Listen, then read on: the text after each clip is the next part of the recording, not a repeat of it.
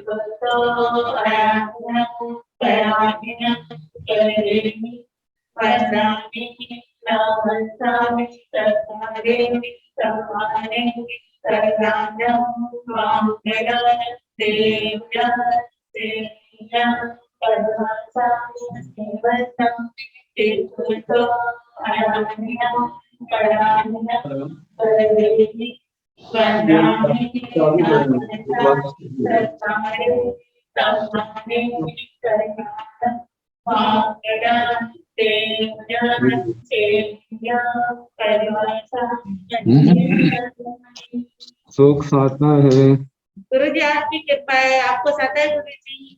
हाँ बधाई वंदन गुरु जी, बहुत कृपा की गुरु। यह आगम वाचना निरंतर व निर्बाध गति से चलती रहे इस हेतु सभी तपस्वी अपना अपना सहयोग दे रहे हैं। आज की तपस्या उपाध्याय प्रवर अन्योग प्रवर्तक पूज्य श्री कन्हैया लाल जी महाराज साहब कमल के शिष्य तपोकेशी श्री संजय मुनि जी महाराज साहब उपवास डॉक्टर श्री प्रतिभा श्री जी महाराज साहब की शिष्या साध्वी श्री श्रद्धा श्री जी महाराज साहब उपवास साध्वी श्री ऋषिता श्री जी महाराज साहब उपवास साध्वी श्री अनुज्ञा श्री जी महाराज साहब उपवास साध्वी श्री प्रणति श्री जी महाराज साहब उपवास नेपाल गौरव डॉक्टर पूजा ज्योति जी महाराज साहब की सुशिष्या साध्वी श्री पूनम जी महाराज साहब उपवास श्रमणीय सूर्य उत्तर भारतीय प्रवर्तनी डॉक्टर साध्वी श्री सरिता जी महाराज साहब की सुशिष्या गौर तपस्वी डॉक्टर साध्वी श्री शुभा पिंकी जी महाराज साहब उपवास साधना के शिखर पुरुष पूज्य श्री पुष्कर मुनि जी महाराज साहब की सुशिष्या महासाध्वी श्री प्रिय दर्शना जी महाराज साहब की सुशिष्या डॉक्टर साध्वी श्री विचक्षणा श्री जी महाराज साहब व साध्वी श्री मोक्षता जी महाराज साहब उपवास श्रमणी गौरव प्रज्ञा ज्योति डॉक्टर साध्वी श्री शिवाजी महाराज साहब की सुशिष्या डॉक्टर साध्वी श्री शैली जी महाराज साहब उपवास साध्वी श्री सुचिता जी महाराज साहब उपवास वाचनाचार्य डॉक्टर श्री विशाल मुनि जी महाराज साहब की सुशिष्य श्री विराग मुनि जी महाराज साहब उपवास। हम सभी तपस्वियों के तप की सुख सार्थक पूछते हैं। अब हम पूज्य गुरुदेव श्री जी से करबद्ध प्रार्थना करते हैं कि आप अपनी अमृतमय वाणी से हमें कृतार्थ करें। पधारे गुरुदेव, कठिन वंदन।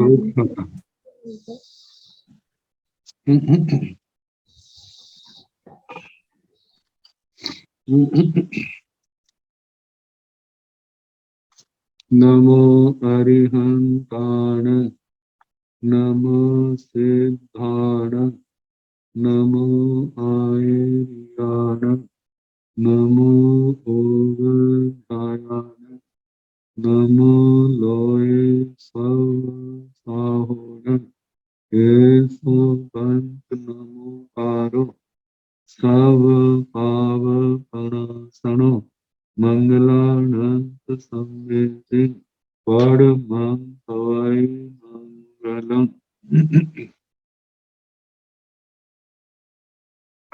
जिन शासन जिन वाणी सदा जयवंत हो श्रवण सम सदा अविचल मंगल हो।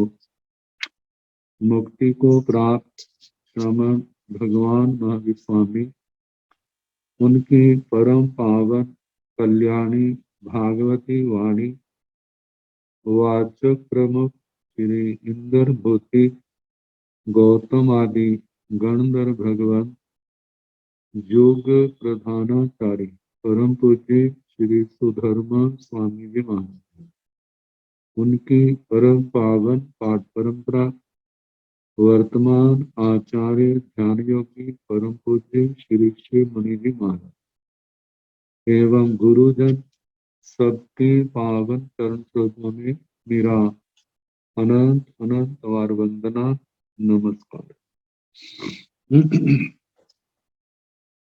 आगम परिषद में विराजमान वरिष्ठ मुनिराज, अन्य मुनिवृंद, परम आदरणीय भगवती स्वरूपा महासाध्वी, श्री आनंद सूत्र की वाचना प्रारंभ हुई।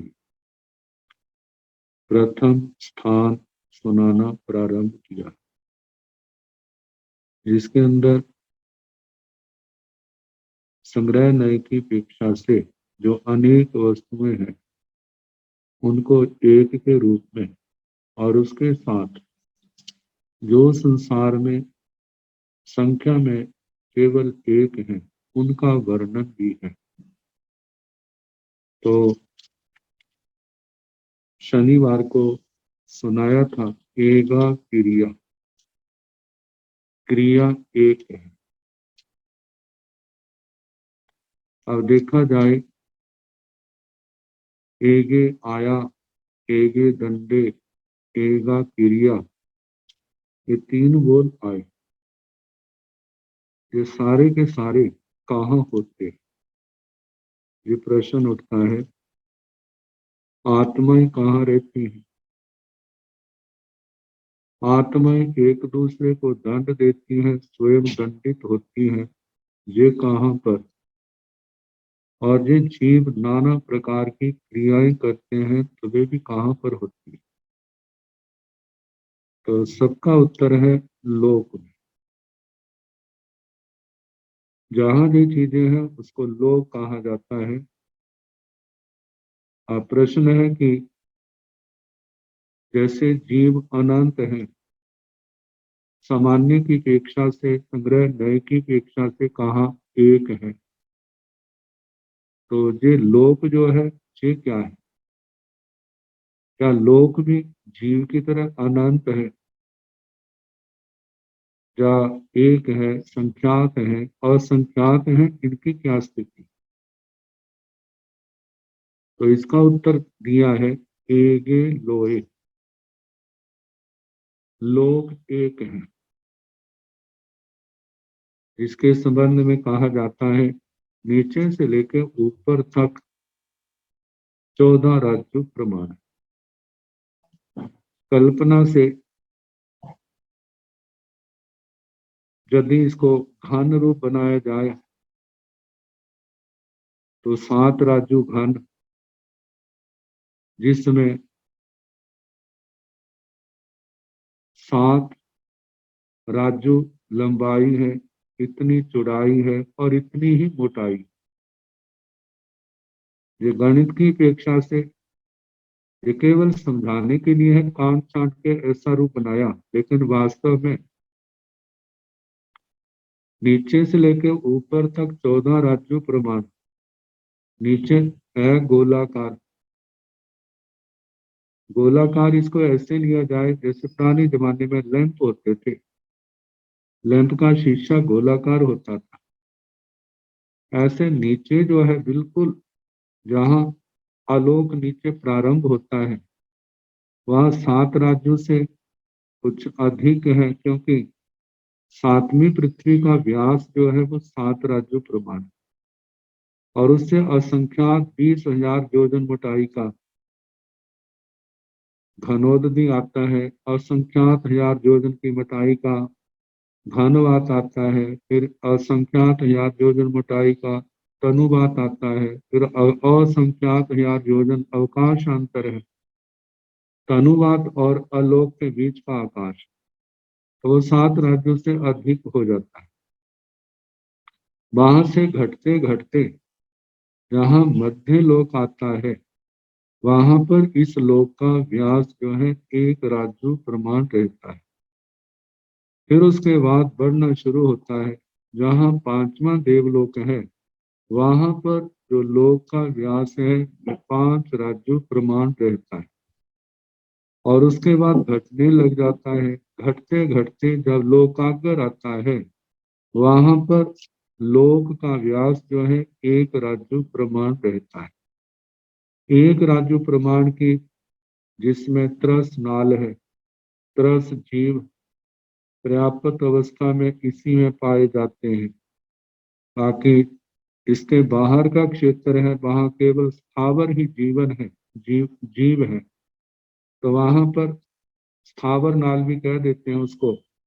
लेकिन इसके लिए त्रस नाल जो 1 राज्य जिसका व्यास है और ऊपर से नीचे तक बिल्कुल वैसे का वैसा है जैसे एक पाइप होती है, न कम न ज्यादा।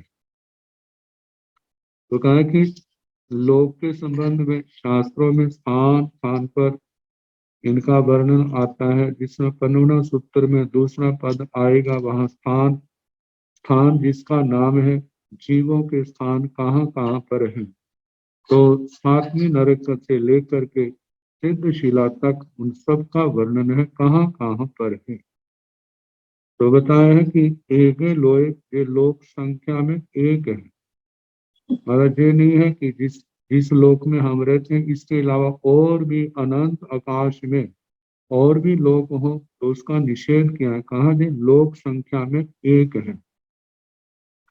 इसी लोक के अनेक भाग भी कर दिए जाते हैं, जैसे अधोलोक है, मध्य लोक है, ऊर्ध्व लोक है। अधोलोक जो है, जिसके नीचे से लेकर मध्य लोक तक 7 राज्यों प्रमाण से अधिक क्षेत्र आता है।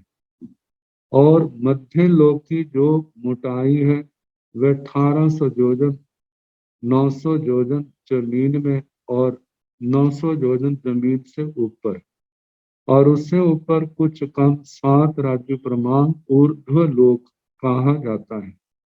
तो कहा कि अधोलोक, मध्य लोक और ऊर्ध्व लोक की अपेक्षा से इसके 3 लोक के 3 भेद हो जाते हैं।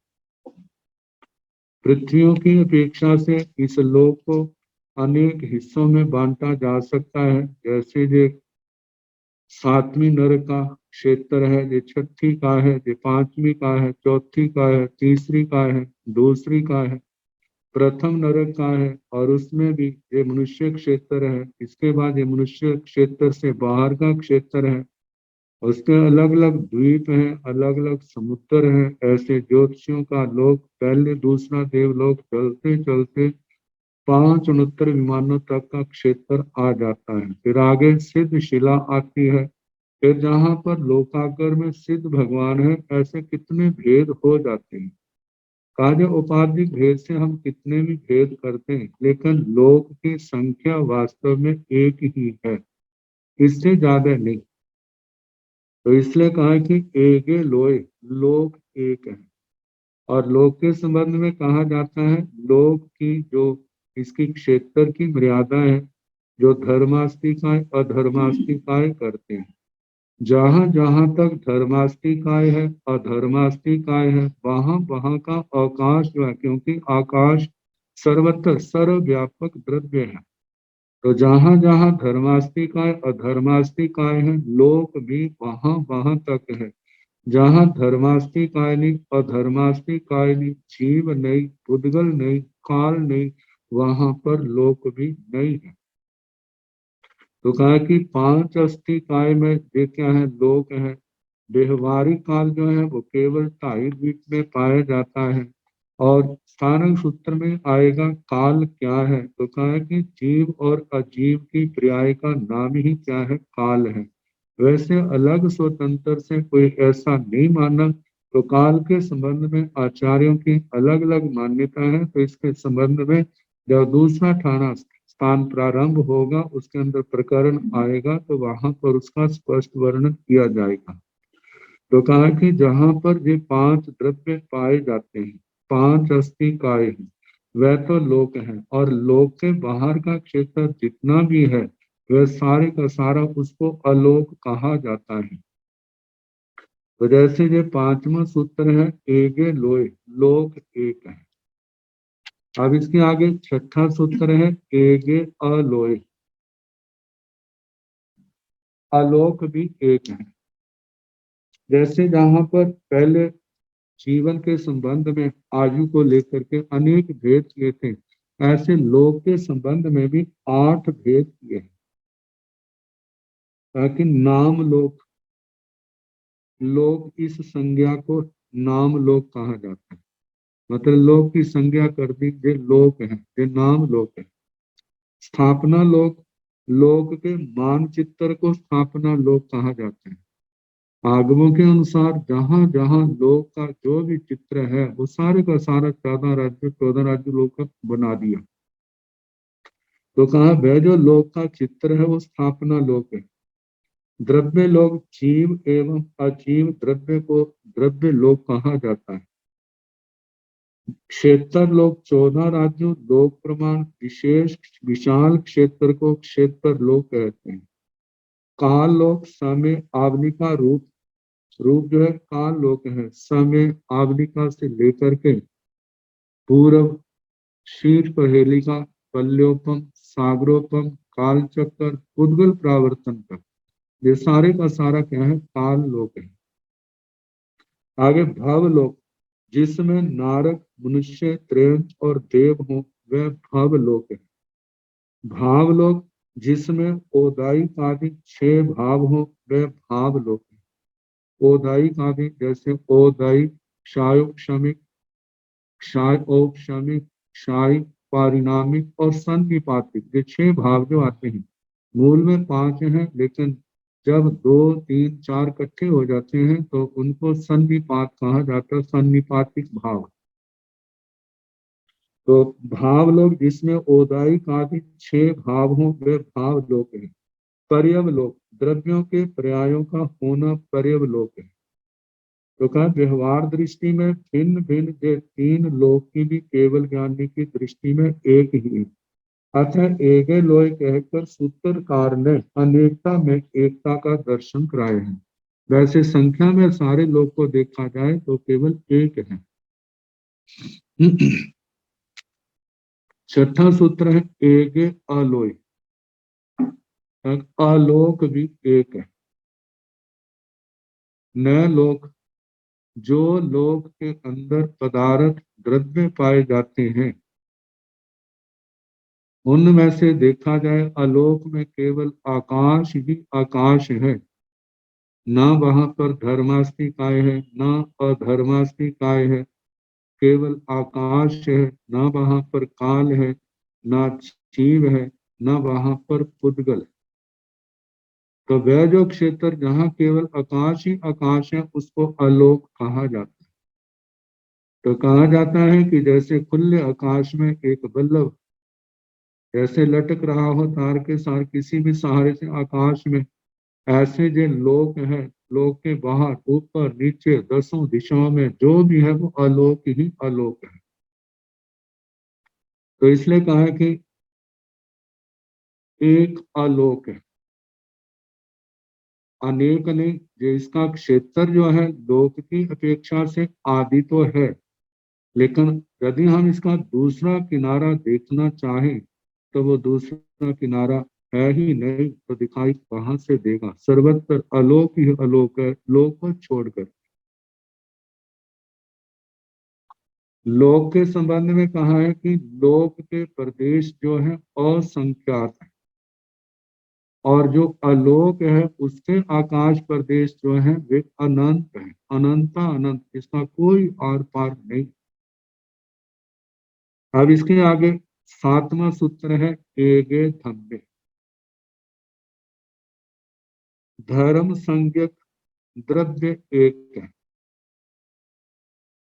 जो धर्माष्टमी काय को लेकर के कहा जाता है, सारे लोक में धर्माष्टमी काय द्रव्य एक ही है, अनेक नहीं। उपाधिक रूप से इसके अनेक भेद किए जा सकते हैं, जैसे अधोलोक का धर्मास्ति काय, मध्य लोक का धर्मास्ति काय, ऊर्ध्वलोक का धर्मास्ति काय, या द्वीपों के हिसाब से, पृथ्वियों के हिसाब से धर्मास्ति काय को उपाधिक से अनेक भेद कर दिए जाए, लेकिन सामान्य से धर्मास्ति काय धर्म जो है वो केवल एक ही है। और यदि हम एगे धम में धर्मास्ति काय को ना लेकर के केवल धर्म शब्द को ही व्याख्या करें, तो जैसे पहले कितनी बार कहा जा चुका है, धर्म के 3 भेद हैं, श्रुत धर्म, चारित्र धर्म, अस्ति काय धर्म। श्रुत धर्म जिसमें आगम वाणी का अभ्यास आता है, वाचना, प्रचना, परिवर्तना, अनुपेक्षा, धर्म कथा। चारित्र धर्म में देश विरति और सर विरति आते हैं। अस्ति काय धर्म में वस्तु स्वभाव धम्मो, वस्तु का स्वभाव क्या है, धर्म। ताकि देखने के लिए 3 है, लेकिन एकत्व की अपेक्षा से, सामान्य की अपेक्षा से, संग्रह नय की अपेक्षा से धर्म एक है। कहा जाता है, धर्म शब्द की व्याख्या करते हुए कहा है कि ध्रिय धातु से धर्म शब्द बनता है। ध्रिय का मतलब होता है धारण करना। तो जो आत्मा को दुर्गति से बचाते हुए को रक्षा करता है, तो वो क्या है, वो धर्म है।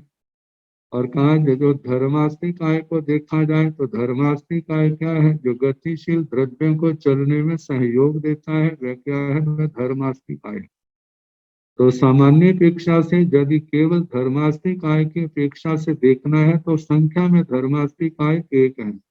जैसे 25 बोल में कहा जाता है, धर्मास्ति काय द्रव्य से एक, क्षेत्र से लोक प्रमाण, प्रदेशों की क्षेत्र से लोक प्रमाण, काल से अनादि अनंत है, भाव से अरूपी है, गुण की अपेक्षा से चलन गुण सहायक है, पानी मछली का दृष्टांत।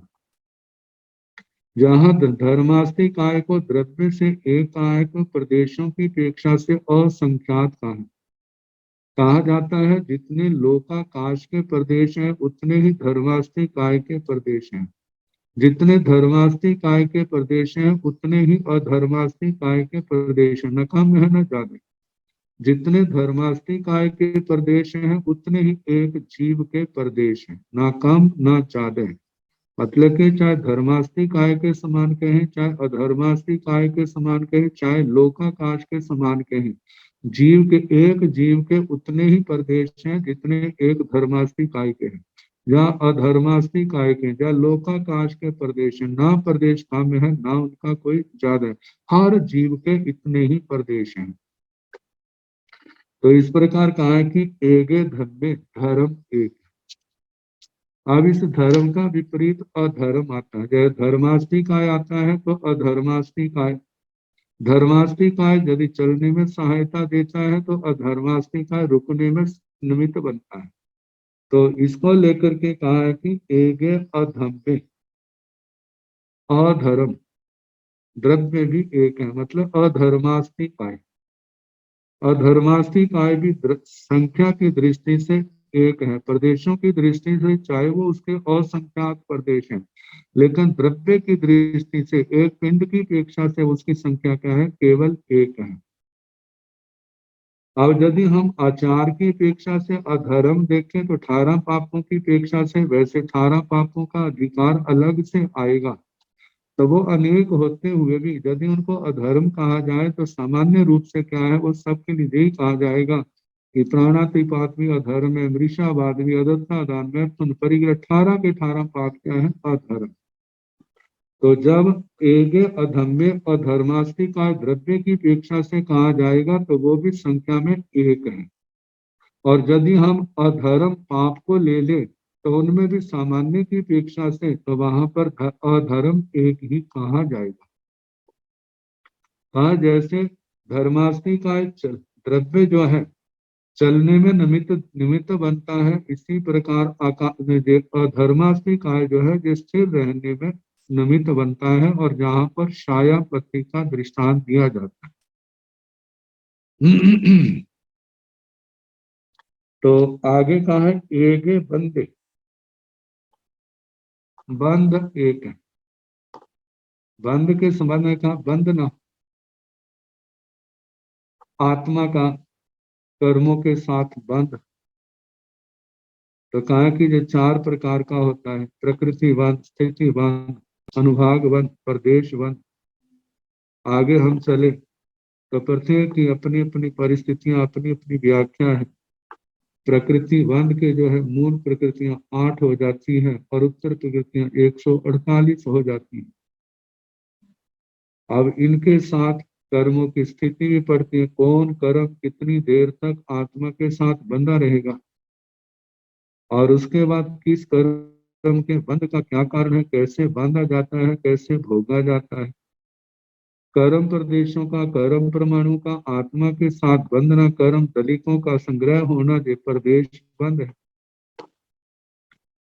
तो कहा जाता है ऐसे बंध कितने प्रकार का हो गया, लेकिन सामान्य की दृष्टि से आत्मा और कर्मों का आपस में जो बंधन है वो संग्रह की अपेक्षा से एक है। तो इसके संबंध में कहा है कि प्रकृति, स्थिति, अनुभाग और प्रदेश इस तरह बंध के 4 प्रकार होने पर भी सामान्य रूप से वह एक ही कहा गया है। बंध एक, 9 तत्वों में बंध की संख्या 1 है। इसके अतिरिक्त द्रव्य बंध और भाव बंध नामक सामान्य रूप से बंध के अन्य दो भेद भी माने गए। द्रव्य बंध क्या है? रस्सियों, हथकड़ियों और बेड़ियों आदि के बंध को द्रव्य बंध कहा जाता है। कहा जाता है किसी को किसी स्थान में बंद कर दिया, नजर बंद कर दिया, कहीं आ नहीं सकता, जा नहीं सकता, वो भी तो क्या द्रव्य बंध है। रस्सियों से, बेड़ियों से, हथकड़ियों से बंद है, वो भी तो बंधन है। कहीं पर भी रोक दिया है, ये तो द्रव्य बंधन है। लेकिन भाव बंध का, कर्मों के बंधन को भाव बंध नाम दिया गया। कर्मों का आत्मा के साथ जो बंधन है वह भाव बंध है। लेकिन सामान्य दृष्टि से सभी बंध बंध ही है। अतः बंध को बंधत्व की दृष्टि से एक ही कहा गया है। एके बंध, एक बंध।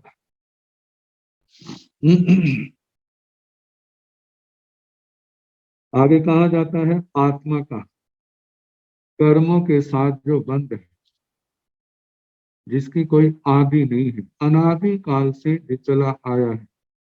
लेकिन एक ही कर्म आत्मा के साथ अनादि काल से बंधे हुए ऐसा नहीं। कर्मों का प्रवाह अनादि काल से है, लेकिन पुराने कर्म झड़ते जाते हैं, नए कर्म बनते जाते हैं। आने वाले टाइम में ये नए कर्म ही पुराने बन जाते हैं। जब उनका उदय भाव आता है, अपना परिणाम दिखा करके वो उनकी भी निर्जरा हो जाती है। तो कोई भी कर्म है, उन सब की स्थिति प्रज्ञापना सूत्र के अंदर मतलब के स्थूल रूप से और सूक्ष्म रूप से एक एक मूल प्रकृति की और उत्तर प्रकृति का एक एक का बताया है। किसका जघन्य कितना काल है, कितना कम से कम जघन्य है, कितना उत्कृष्ट है, मध्यम है प्रत्येक प्रकृति का। और उसके साथ एक इंद्रिय जीव कितने कर्म कम से कम ज्यादा बांध सकते हैं। 2 इंद्रिय, 3 इंद्रिय, 4 इंद्रिय, 5 इंद्रिय जीव कितनी स्थिति वाले कर्म बांध सकते हैं। तो कहा इन सब का ये वहां पर वर्णन है। तो इसलिए कहा है कि कोई भी कर्म बंधन है, अनादि नहीं है, परंपरा से है, लेकिन व्यक्तिगत कर्म को लेकर के उसकी आदि भी है, अंत भी है। ये ठीक है, ये कर्मों का प्रवाह जो है, जिनको सम्यक ज्ञान, सम्यक दर्शन, सम्यक चारित्र का निमित्त मिल जाता है और उसकी आराधना करते हैं, और आराधना के द्वारा कितने अनंतानंत जीवों ने इस कर्म प्रवाह का विच्छेद करके सिद्ध गति को पाया है। कितने जीव इस रास्ते से भटक करके संसार में भटक रहे हैं, और कितने जीव इस मनुष्य लोक के अंदर ऐसी साधना कर रहे हैं, संयम तप की आराधना कर रहे हैं, जो कर्मों के बंधनों को काटने के लिए आगे बढ़ रहे। तो कहा जाता है इस प्रकार ये बंध जो है सामान्य दृष्टि से क्या है, एक है।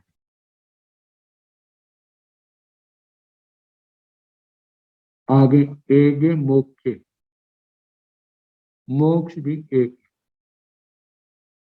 मोक्ष कहा जाता है 2 प्रकार का, द्रव्य से, भाव से।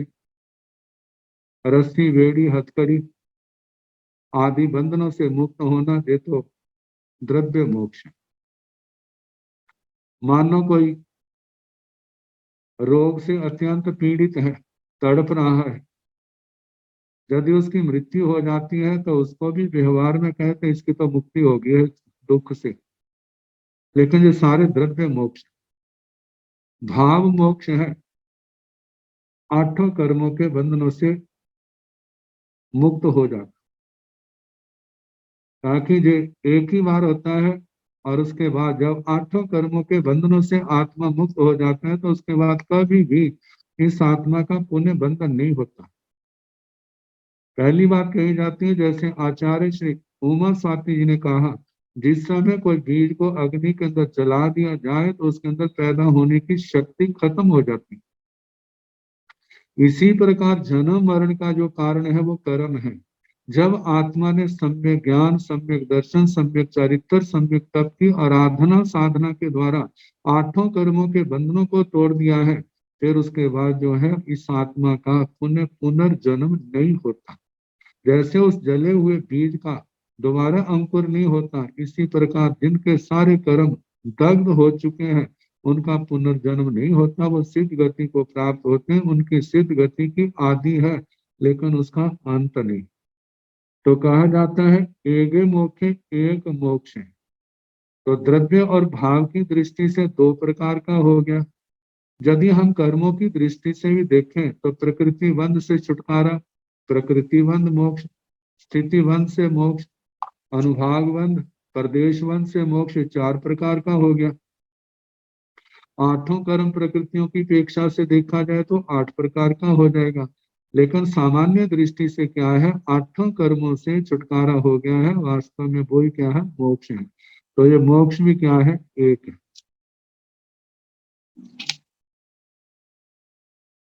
आगे बताएं, एगे पुण्य, 11वां सूत्र। पुण्य भी एक है। पुण्य शब्द की परिभाषा करते हुए आचार्य श्री अभय देव जी कहते हैं, पुण्यति शुभ क्रोति पुनाति व पवित्री क्रोति आत्मानमिति पुण्यम शुभ शुभ कर्म सद विद्यादि द्विचत्वारिंशत् विधम। पुण्यति शुभ क्रोति, आत्मा को जो पवित्र करता है, शुभ करता है। जैसे कहा जाता है शरीर गंदा है, गला सड़ा है, उसको सफाई करके क्रीम आदि लगा करके उसकी शोभा बढ़ जाती है, ऐसे पुण्य कर्म से जीव की शोभा बढ़ जाती है। कहा जाए लौकिक शोभा है, वास्तविक शोभा तो आत्मा की है, कर्मों के बंधनों से मुक्त हो जाना। तो कहा कि जो शुभ करता है, पवित्र करता है, इस आत्मा को वह पुण्य कर्म है। और ये इसका भोग के रूप में साता वेदनी के रूप में आता, साता वेदनी रूप। और देखा जाए जितनी भी शुभ प्रकृतियां पुण्य की प्रकृतियां हैं, वो सारी की सारी क्या पुण्य प्रकृतियां हैं, जिसको 9 प्रकार से बांधा जाता है और 42 प्रकार से भोगा जाता है। तो ऐसे पुण्य 9 प्रकार से बांधा जाता है। तो सामान्य की दृष्टि से वो क्या, जो क्रिया की जाती है, क्या कर रहा है, पुण्य कार्य कर रहा है, ये क्या कर रहा है, पुण्य कार्य कर रहा है। और उस पुण्य कार्य करते हुए जो शुभ प्रकृतियां बनती है, तो वो भी सारी सामान्य से क्या है, देवी पुण्य प्रकृतियां, देवी पुण्य प्रकृतियां। जैसे साता वेदनी पुण्य प्रकृतियां, देव आयु पुण्य प्रकृतियां, मनुष्य आयु पुण्य प्रकृतियां। त्रियंच आयु के संबंध में जो कहा जाता है, त्रियंच जुगलियों की अपेक्षा से जहां पर शुभ सुख ही सुख है, ऐसे त्रियंचों की आयु भी क्या है, पुण्य रूप है। देव गति, मनुष्य गति क्या है, पुण्य रूप है। पंचेंद्रिय जाति पुण्य रूप है। पांचों शरीर, तीनों अंगोपांग, वज्र ऋषभ नारायण सिंह सम चतुरस संस्थान, शुभ वर्ण, शुभ गंध, शुभ रस, शुभ स्पर्श, देवानुपूर्वी, मनुष्यानुपूर्वी, शुभ शुभ चाल। आगे पराघात, उच्छ्वास, आत्मक उद्योग, अगुरु लघु निर्माण, तीर्थंकर, ये सारी पुण्य प्रकृतियां हैं, जिनके कारण से जो भाव आत्मा को प्राप्त होते हैं, वो सारी है पुण्य प्रकृति। त्रास दर्श, त्रास बादर प्रयात प्रत्येक स्थिर शुभ शुभक सुस्वर आदि दशा कीर्ति, सारे हैं उच्च गोत्र, ये सारी पुण्य प्रकृतियां। मिलाने पर इनके 42 भेद हो जाते हैं। तो कहा बांधने की अपेक्षा से, जब भोगने की अपेक्षा से, बांधने की अपेक्षा से 9 प्रकार है, भोगने की अपेक्षा से 42 प्रकार है। तो ये सारे के सारे क्या है, पुण्य है। तो सामान्य संग्रह न्याय की दृष्टि से कहा एगे पुण्य एक पुण्य। आगे एगे पावे, पाप भी एक है। ताकि पाप की परिभाषा करते हुए आचार्य ने कहा पाशयति गुंडयति आत्मान पातयति चात्मन आनंद रसम शोषयति क्षपयति पापम। पापम का पाशयति गुंडयति, जो अपने बंधन में जाल में फंसा लेता है। पातयति, जो आत्मा को गिराता है। आत्मान पातयति, आत्मा को गिराता है, पतित करता है। आत्मा ने आनंद रसम शोषयति, आत्मा के आनंद रस का जो उसको सुखा देता है, जो सुखा देता है वह क्या है? पाप है। ताकि संख्या में अनेक होने पर भी देवी क्या है? सामान्य से संग्रह नए की अपेक्षा से एक गिना गया। 25 बोल में इसी स्थानक सूत्र में भी कहा जाएगा कि 18 प्रकार से पाप कर्म का बंध होता है। 18 प्रकार की क्रियाएं क्या है? पाप कर्म। और इसके द्वारा जो पाप प्रकृति बंधती है वही इस आत्मा को 82 प्रकार से भोगनी पड़ती है। जैसे ज्ञानावरणी के 5 भेद हैं, दर्शनावरणी के जहां पर 9 भेद आ जाते हैं, वेदनी के एक असाता वेदनी है। मौनी कर्म की जो है सिद्धांत शास्त्रों की दृष्टि से देखा जाए तो 28 भेद हैं। बंध की दृष्टि से, कर्म ग्रंथों की दृष्टि से देखा जाए तो वहां पर 26 प्रकृतियां ली जाती हैं। वहां पर मिथ्यात्व का ही बंध माना जाता है, लेकिन आगमों में मिथ्यात्व विशर दर्शनों ने सम्यक्तमों ने तीनों का बंध माना जाता है। अनंतानुबंधी के कषाय है, अप्रत्याख्यानी के कषाय, प्रत्याख्यानावर्ण के कषाय, संज्वलन के कषाय, नौ कषाय की, जिसके अंदर हास्य, रति, अरति, भय, शोक, जुगुप्सा, स्त्रीवेद, पुरुष वेद, नपुंसक वेद, सारी 28 प्रकृतियां हैं। लेकिन बंध की दृष्टि से 26 जो 82 की संख्या है तो वो 26 की अपेक्षा से आगे आयु की अपेक्षा से नरक आयु दी है। गति की अपेक्षा से नरक गति, त्रयंच गति, 4 जातियां हैं। पंच इंद्रिय को छोड़ के एक इंद्रिय, दो इंद्रिय, त्रिंद्रिय, चतुर इंद्रिय।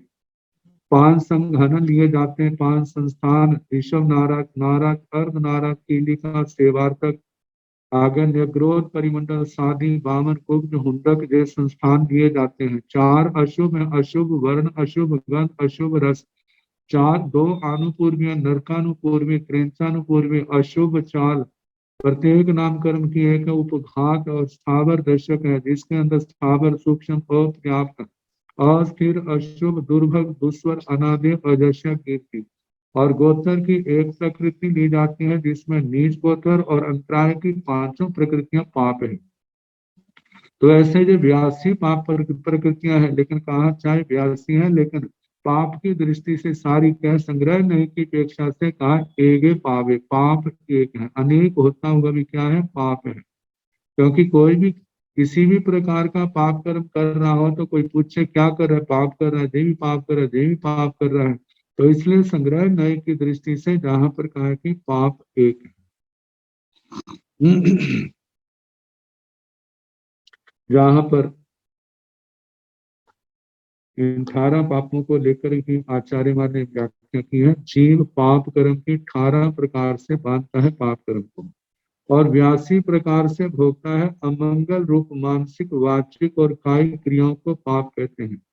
उसका फल है मानसिक, वाचिक, शारीरिक, ऐन्द्रिक और अनिष्टोपकरणों की प्राप्ति, और अनिष्ट परिवार में जन्म लेकर जीव भी दुख भोगता है। वह सब पाप का ही दुष्परिणाम है। प्रत्येक आत्मा कर्म विपाक के तारतम्य भाव से, तारतम्य भाव कम ज्यादा को लेकर के फल भोगता है। ऐसा विश्व में कोई आत्मा नहीं है जो एकांत रूप से पुण्य या एकांत रूप से पाप से मुक्त हो। मतलब कि वो बिल्कुल पापी ही हो, उसके पास पुण्य ना हो, ऐसा नहीं। बिल्कुल पुण्यवान हो, उसके पास पाप की प्रकृति ना हो, ऐसा नहीं। तो एकांत रूप से कोई मिश्रित है जो पुण्य जीव के लिए सुपथ्य आहार के, एकांत रूप से पुण्य या पाप से मुक्त हो, क्योंकि प्रत्येक जीव अष्टविध कर्मों से संबद्ध है। अतः एकांत रूप से कोई भी आत्मा पुण्य या पाप से मुक्त नहीं है। पुण्य जीव के लिए सुपथ्य आहार के समान इष्ट है, और पाप कुत्सित आहार के तुल्य अनिष्ट है।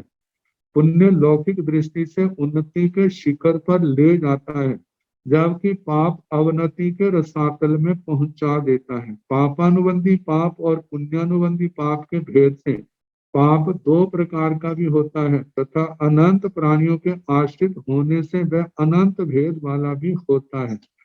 अतः अशुभत्व की दृष्टि से वह पाप एक ही प्रकार का है, अतः पुण्य की तरह पाप ही एक स्वतंत्र तत्व है। तो इस प्रकार एगे पावे पाप एक है, इसका विवेचन हुआ। अब इसके आगे एगे आश्रवे आश्रव, ये भी क्या है, सामान्य विवक्षा से संग्रह न्याय की अपेक्षा से क्या है, एक है। 25 वोल की व्याख्या करते हुए आश्रम के संबंध में, आश्रम और आश्रम के संबंध में सारा समझा दिया था। तो कहा कि आश्रम अनेक होते हुए भी क्या है, सामान्य से एक है। जैसे 5 प्रकार से देखा जाए तो मिथ्यात्व, अविरति, प्रमाद, कषाय, योग, ये 5 प्रकार का हो गया। और 20 प्रकार का इन 5 के साथ प्राणातिपात, मृषावाद, अदत्तादान, मैथुन, परिग्रह मिला दिया जाए तो 10 हो गए। 5 इंद्रियां संयम में नहीं है तो वो भी आश्रव बन जाती है। मन, वचन, काया के ऊपर संयम नहीं है तो वो भी कर्म आने का कारण है। भंडोपकरण, वस्त्र, पात्र, सूची, सागर मात्र आदि जितनी चीज है बिना यत्न के लेते हैं, देते हैं, रखते हैं, उठाते हैं, तो ये भी सब आश्रव का कारण बनती, कर्म आने का कारण बनती है। तो कहा जाता है कि 20 प्रकार से भी 20 आश्रव के भेद में 42 भी है, 57 भी है। 42 में आता है 25 क्रियाएं हैं और 17 प्रकार का असंयम है। तो ऐसे जो 42 भेद बन जाते हैं। 57 में 5 प्रकार का मिथ्यात्व है, 16 कषाय है, 9 कषाय है, ये मिलाकर के 30 हो जाते हैं। 15 योग है, 5 इंद्रियां, छठा मन जो बस में नहीं है, 6 काया के जीवों का वध करते हैं, तो ये सारे मिला के 57 हो जाते हैं। तो कहा कि आश्रव के अनेक भेद होने पर भी कोई भी जीव यदि आश्रव का सेवन कर रहा है तो सामान्य से पूछा जाए ये क्या कर रहा है, कहा आश्रव का सेवन कर रहा है, आश्रव का सेवन कर रहा है। इन क्रियाओं को करते हुए इसकी आत्मा के अंदर क्या आ रहे हैं, कर्म आ रहे हैं। जो कर्म आ रहे हैं बाकी भावों के अनुसार उनका बंधन होगा। भावों में अकषाय भाव है तो वहां पर कर्म बंध स्थायी नहीं होगा, आएगा चला जाएगा। यदि आत्मा सकषायी है, विकृत है, तो उसके कर्मों के बंधन में स्थायिता आएगी। जैसे जैसे भाव होंगे उसके अनुसार बंध होगा। तो बंध तत्व में आ गया है, लेकिन कर्म का आगमन जो है वह आश्रव है। नाना प्रकार का होकर के भी सामान्य रूप से वो एक है, एक है आश्रव।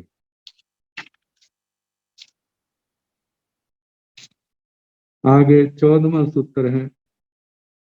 अब यहाँ पर आश्रव के संबंध में भी और भी कहा, आश्रव को 2 अन्य रूपों में विभक्त किया जाता है, जैसे द्रव्य आश्रव और भाव आश्रव। यदि छिद्रों के द्वारा नौका में जल प्रविष्ट होता है तो उसे द्रव्य आश्रव कहते हैं। और देखा जाए घर के अंदर कोई भी वस्तु लाते हैं, अच्छी आती है, बुरी आती है, तो वो क्या है, वह आश्रव रूप है। और उसके बाहर निकालते हैं तो वो क्या है, वो निर्जना रूप हो गया, बाहर निष्कासन किया। लेकिन आने का नाम जहां पर क्या आ गया, आश्रव। तो कहा ये द्रव्य आश्रव है।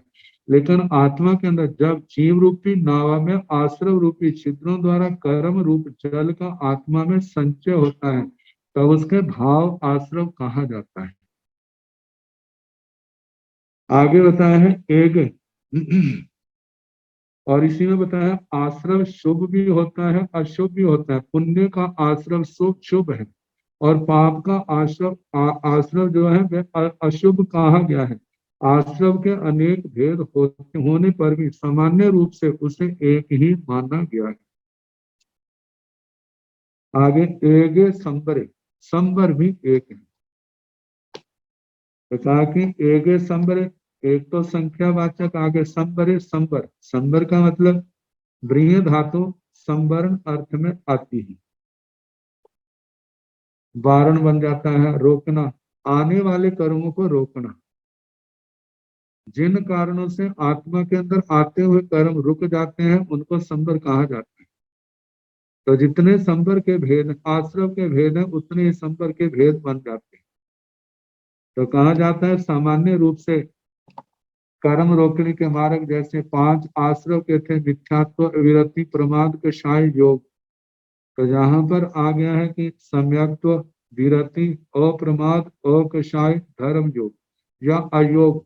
अयोग अवस्था है वह तो केवल 14वें गुण स्थान में होती है, लेकिन उससे पहले जो है धर्म योग। जितने धर्म योग आत्मा के अंदर होंगे उतना ही आश्रव द्वार रुकेंगे, उतने आश्रव द्वार बंद होंगे।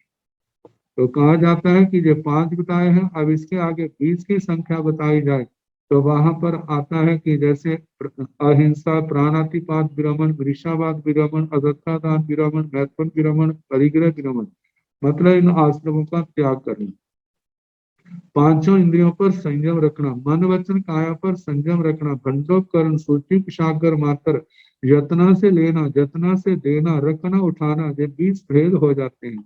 जहाँ 57 भेद आते हैं तो वहां पर आता है कि 8 प्रवचन माताओं का सम्यक प्रकार से पालन करना, 5 समिति, 3 गुप्ति, इनका सम्यक प्रकार से पालन करने से कर्मों का आश्रव रुकता है।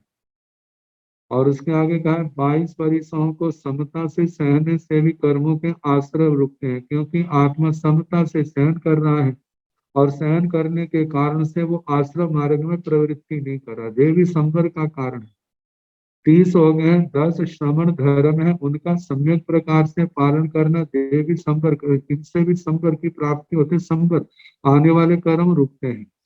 12 भावनाओं का चिंतन करने से आत्मा के अंदर वैराग्य भावना पैदा होती है, तो उसके कारण से भी क्या होता है, संवर की प्राप्ति होती है। 5 प्रकार का चरित्र जो है वह भी आने वाले कर्मों का विरोध करता है, उनको रोकता है।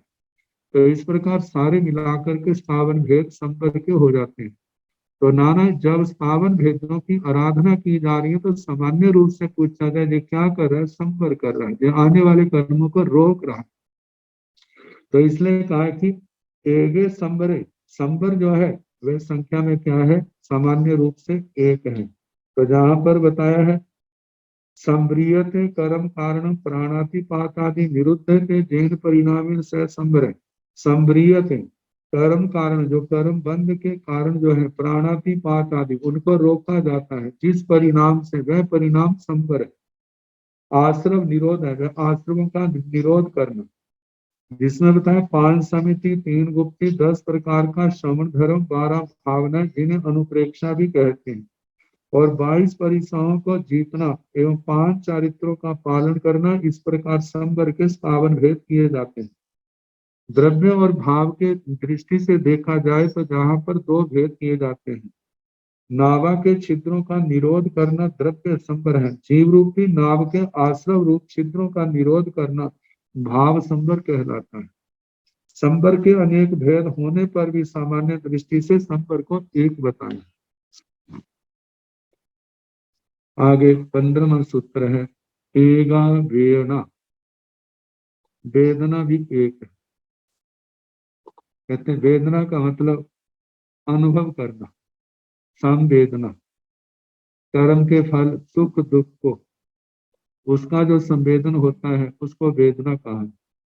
कहते कर्मों के सुपरिणाम तथा दुष्परिणाम की अनुभूति रूप वेदना भी क्या है, 1 है। सामान्य रूप से 1 है। और देखा जाए किसी का सिर दुख रहा है, किसी का पेट दुख रहा है, किसी की टांगों में दर्द है, किसी के जॉइंट में जोड़ों में दर्द है, किसी की छाती में दर्द है। और दर्द तो अनेक प्रकार की होगी, अनेक कारणों से, लेकिन सामान्य से देखा जाए है तो दर्द ही है, तो पीड़ा ही। तो इसलिए इस दृष्टि से कहा है कि वेदना क्या है, 1 है। अब इसके संबंध में कहा है कि संवर के पश्चात वेदना का वर्णन किया गया है। जो पूर्व कर्म किए जा चुके हैं उनके फलों का अनुभव करना ही वेदना है। जो पूर्व में इस आत्मा ने नाना प्रकार के अच्छे या बुरे कर्म किए और उसका परिणाम उदय में आया है, आत्मा उनका संवेदन कर रही है, उनका अनुभव कर रही है। ये अनुभव करना ही क्या है, वेदना है। कर्म फल की अनुभूति को वेदना कहा जाता है। ताकि वेदना के भेद जो है, यह वेदना विपाकोदय और प्रदेशोदय की अपेक्षा से 2 प्रकार की होती है। विपाकोदय और प्रदेशोदय। प्रदेशोदय तो अनुभव में नहीं आता, किंतु विपाकोदय अनुभव में आता है। इसको ऐसे मैं समझाता हूँ, जैसे हमारे शरीर में फिनसियां पैदा होती है, कई फिंसियां तो ऐसी हैं, होती हैं, सूख जाती हैं, हम हमारा हाथ शरीर पर जाता है तो वहां से सूखी हुई कीक का जो रूप है, किल के रूप में वो निकल जाती है, इसका हमें अनुभव नहीं होता। लेकिन जैसे बाल तोड़ जैसी जो फिंसी निकलती है तो उसके कारण से कितनी वेदना होती है, कितनी जलन होती है। तो कहा जो कर्म केवल अनुभव में ना आए वह तो है परदेशोदय, और जो हमारी अनुभूति में आए वो है विपाकोदय। तो बताया कि दो प्रकार, परदेशोदय तो अनुभव में नहीं आता किंतु विपाकोदय अनुभव में आता है। विपाकोदय भी दो प्रकार से अनुभव में आता है, अनुभव होता है। कहा कि कर्म क्षय के लिए इसका दो रूप दिए, आभ्युपगामी की वेदना और दूसरा है औपक्रमी की वेदना। आभ्युपगामी की वेदना के संबंध में कहा कर्म क्षय के लिए, कर्मों को क्षय करने के लिए वेदना, मतलब काय क्लेश तप करना, केश लुंचन करना, तप एवं संयम की आराधना करना, ऐसे आतापना आदि देना, सर्दी सहना, गर्मी सहना, लंबे लंबे विहार करना, मतलब मेहनत करना शरीर से, और उस वेदना को समता से सहन करना, जो भी जोर लगता है किसी प्रकार का आत्मा के अंदर आरत या रौद्र ध्यान नहीं आने देना। तो कहा कि इस प्रकार काय के लिए केशलोचन तप एवं संयम की आराधना करते हुए उदीरना के द्वारा उदय में आए हुए फल को आभ्युपगामी की वेदना कहती है। आभ्युपगामी की वेदना जैसे परिभाषिक शब्द है, जो हम प्रयास विशेष से कर्मों को उदय में लाते हैं, समय से पहले उदय में ले आते हैं, जिसको उदीरना कहा जाता है। कहा कि उसके द्वारा जो कर्म फल भोगा जाता है, वेदना भोगी जाती है, उसको आभ्युपगामी की वेदना कहा जाता है।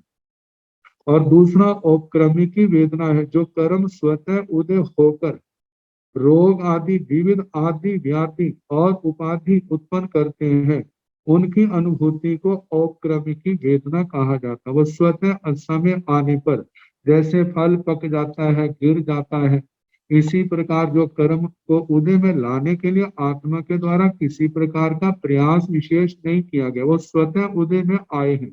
और उनको जब उदय में आते हैं तो वेदना तो होती है, जब वेदना आई है तो वह वेदना जो है औपक्रमी की वेदना कहलाती है। तो किंतु सामान्य रूप से कहा जाए, दो रूप की होकर के भी सामान्य रूप से क्या है, वेदना है।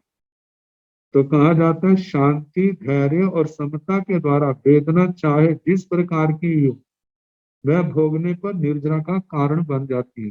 जो कर्म उदय में आया है, चाहे वो आभ्युक्रमी की वेदना के माध्यम से आया है, चाहे वो स्वतः वो औपक्रमी की वेदना से के उदय से आया है, यदि भोगते समय समता रखी जाती है, शांति रखी जाए तो कर्मों की निर्जरा होती है, अशुभ कर्मों का बंध नहीं होता।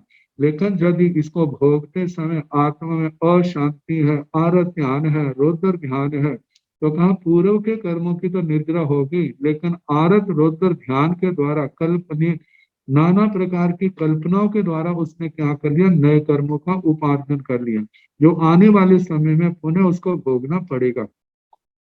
तो कहा जाता है शांति, धैर्य और समता के द्वारा वेदना चाहे जिस भी प्रकार की हो, वह भोगने पर निर्जरा का कारण बन जाती है, अन्यथा बंद तो हो ही जाएगा। वेदना की अनुभूति के समय भी 22 प्रकार के परिसहों के जीतने से आत्म लाभ है, और परिसहों के द्वारा पराजित होने से कर्म बंध का होना निश्चित हो जाता है। तो इस प्रकार वेदना का वर्णन आया। अब आगे निर्जरा का वर्णन, एगा निजरा, इसके संबंध में कल जैसे समय होगा कराने का प्रयास किया जाएगा। नमो अरिहंताण, नमो सिद्धाण, नमो आयर्याण, नमो ओवझायाण, नमो लोय संसाहुण, ऐसो पंच नमोकारो सब पावपणासनो, मंगलानंद संवेति पड़कं हवाई मंगलम, श्री सतारि मंगलम, अरिहंता मंगलम, सिद्धा मंगलम, साहु मंगलम, केवली पुनतो धम्मो मंगलम, सतारि लोकोत्तमा, अरिहंता लोकोत्तम